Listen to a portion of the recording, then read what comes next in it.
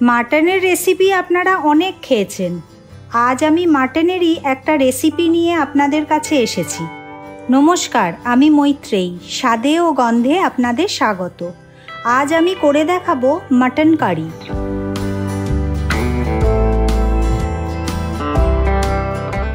এই রেসিপিটা করতে আমার লাগবে আলু, লঙ্কার গুঁড়ো, আদা বাটা, রসুন বাটা, গোটা গরম মশলা, তেজপাতা, সর্ষের তেল, নুন, পেঁয়াজ, মাটন, কাঁচা লঙ্কা আর টমেটো।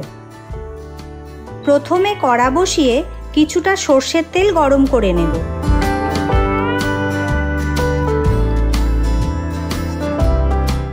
এই গরম তেলে আগে থেকে টুকরো করে রাখা আলুগুলো ছেড়ে দেব। এখানে আমি মাঝারি সাইজের দুটো আলু নিয়েছি। আলুগুলো নাড়াচাড়া করে হালকা লাল হওয়া পর্যন্ত অপেক্ষা করব।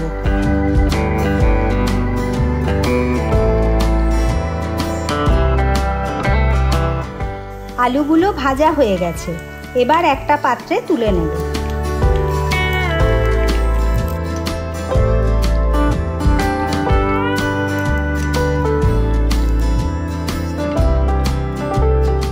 এই তেলের মধ্যেই গোটা গরম মশলা আর তেজপাতা ফোড়ন দেব।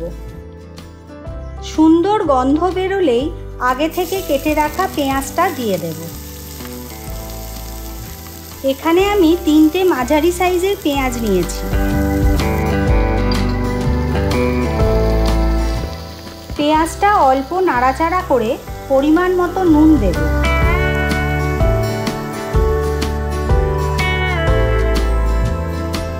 পেঁয়াজের সাথে নুনটা ভালো করে মিশিয়ে ঢাকা দিয়ে দেব, যাতে পেঁয়াজটা তাড়াতাড়ি নরম হয়ে যায়।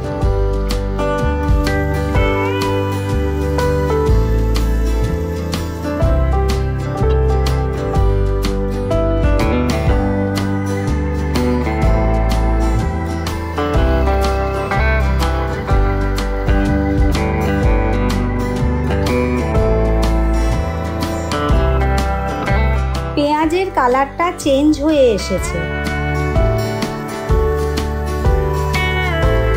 এবার এর মধ্যে একে একে 1.5 চামচ মতো আদা বাটা,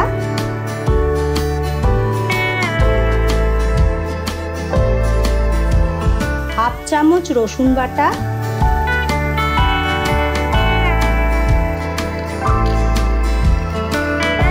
পরিমাণ মতো লঙ্কার গুঁড়ো,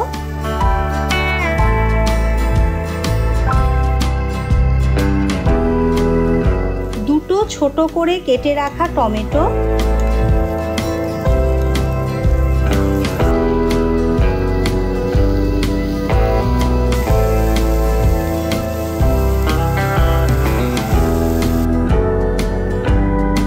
আর হলুদ গুঁড়ো দিয়ে মাটনের টুকরোগুলোও দিয়ে দেব।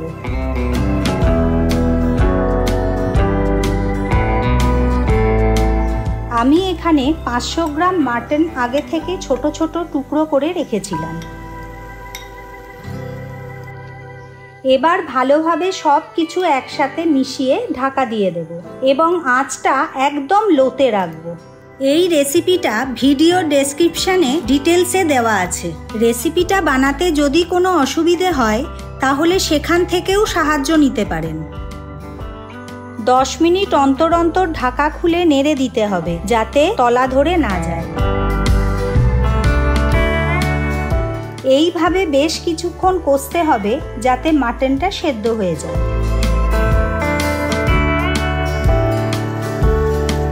এইবার দেখুন মাটন দিয়ে তেল ছেড়েছে। এখন এর মধ্যে ভেজে রাখা আলুটাও দিয়ে দেব।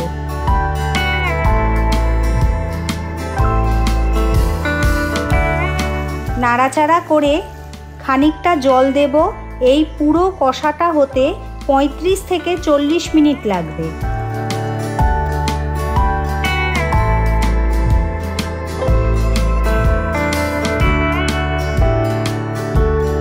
এইভাবে ঢাকা দিয়ে দিয়ে কষতে হবে। সুন্দর কষা হয়ে গেছে এবং খুব সুন্দর গন্ধও বেরিয়েছে। রেসিপি আমাদের রেডি।